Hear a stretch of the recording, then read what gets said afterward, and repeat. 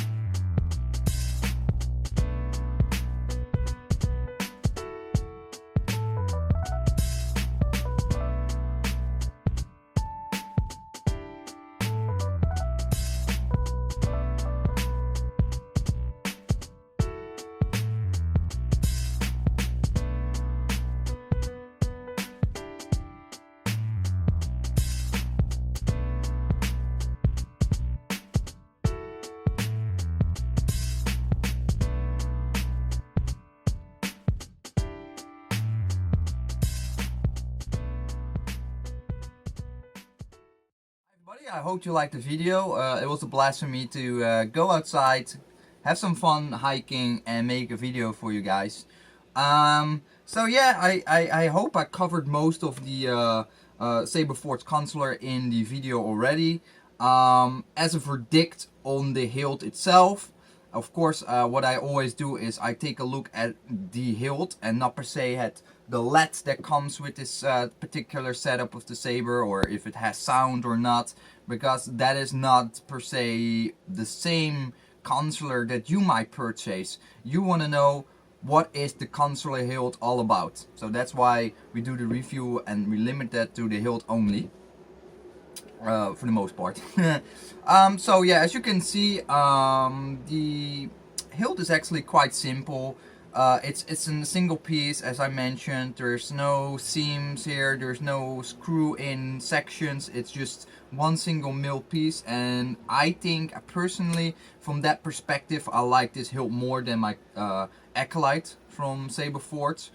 But then again, if I just go based on my feeling and the overall look, for some reason the Consular does not live up to the expectation versus the Acolyte. I think I personally just prefer the outlook of the Acolyte better and more, including the feeling of the grip sections, etc., than the Consular.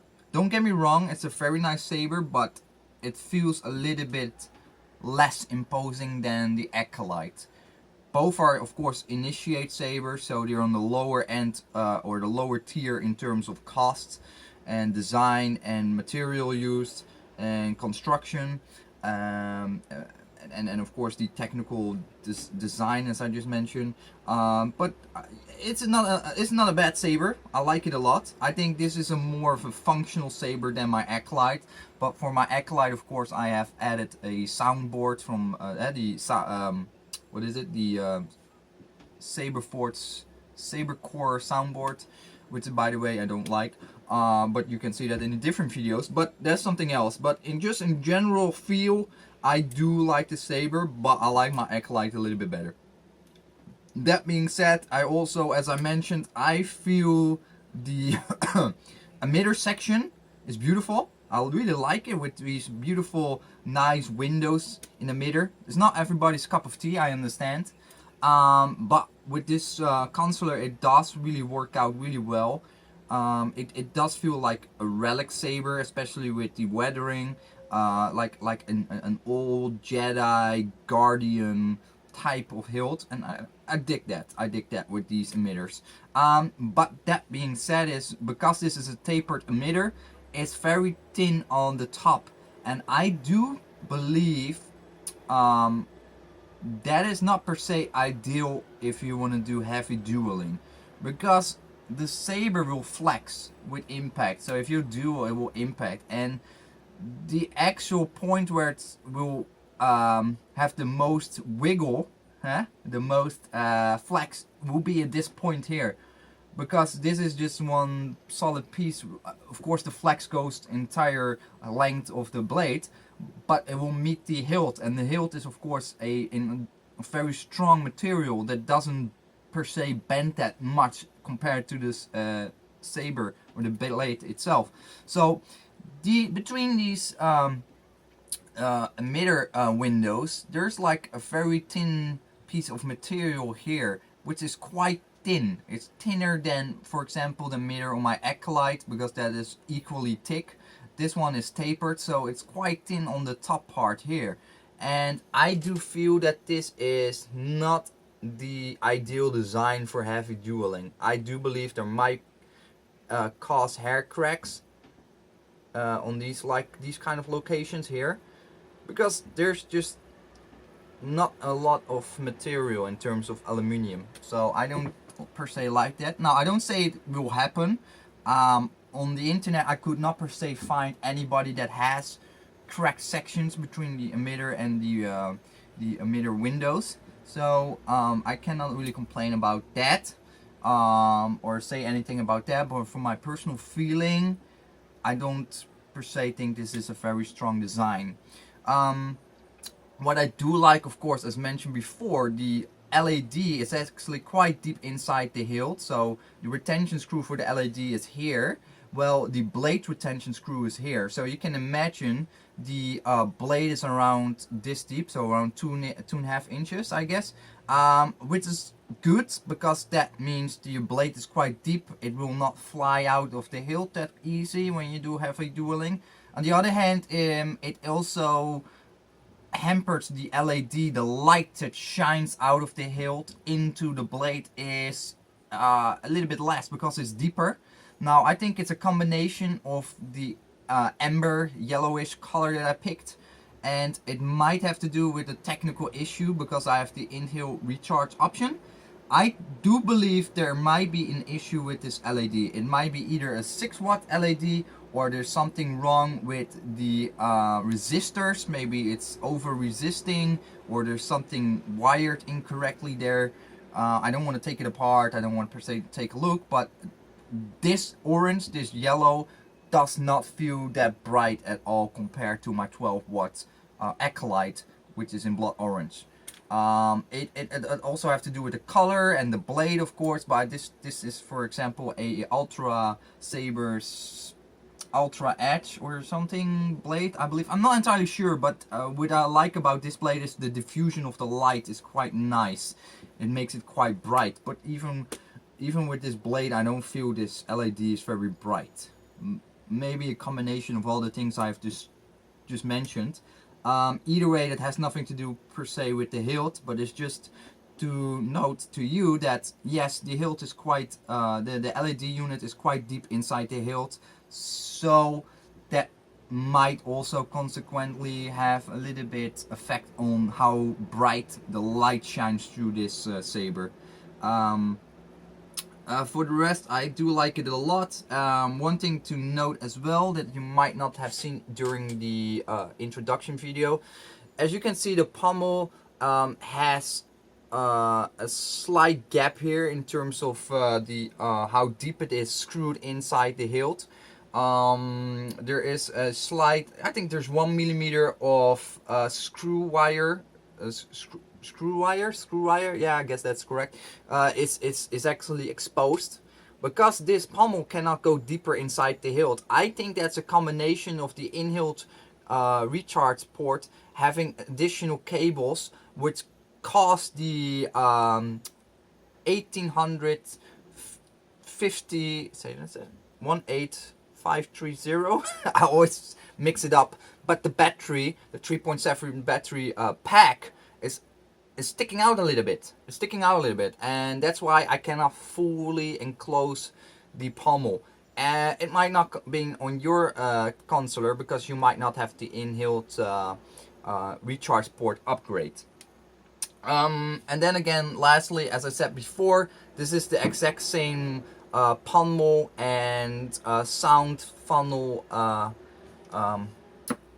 thingy as the Acolyte. I don't think these both the Acolyte and this Consular are good for sound. I think the sound funnel is just not good enough. It's too narrow, too deep, it's too small. I'm not entirely sure if it's a 28 millimeter speaker that can fit in here, but I don't think an upgrade on these Apprentice Saber is something that you want to do. I think it's not per se desirable. I think the higher tier lightsabers from, for example, Saberforge or another brand with a wider pommel, that's also not as deep.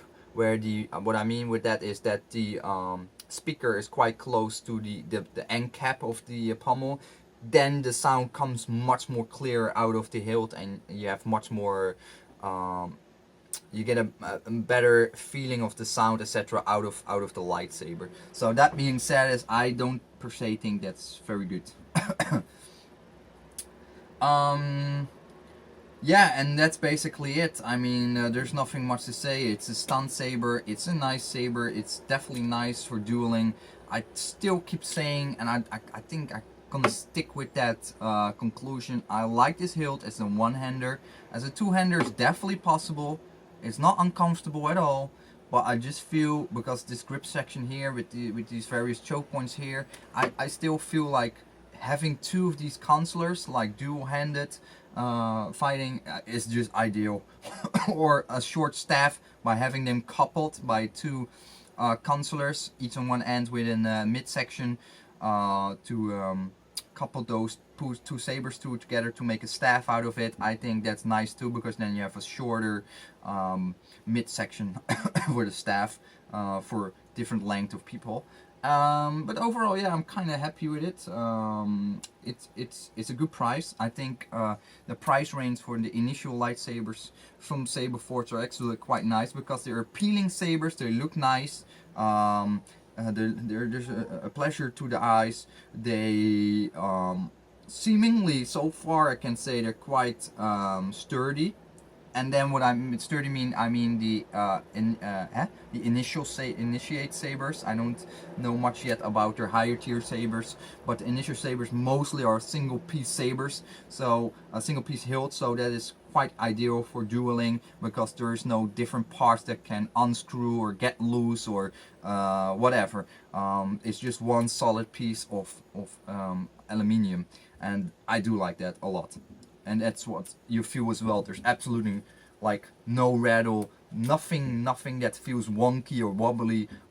It's just very sturdy. So yeah, that's it. Thank you for watching, and hopefully see you in the next one. Stay scummy. Okay, Jesus!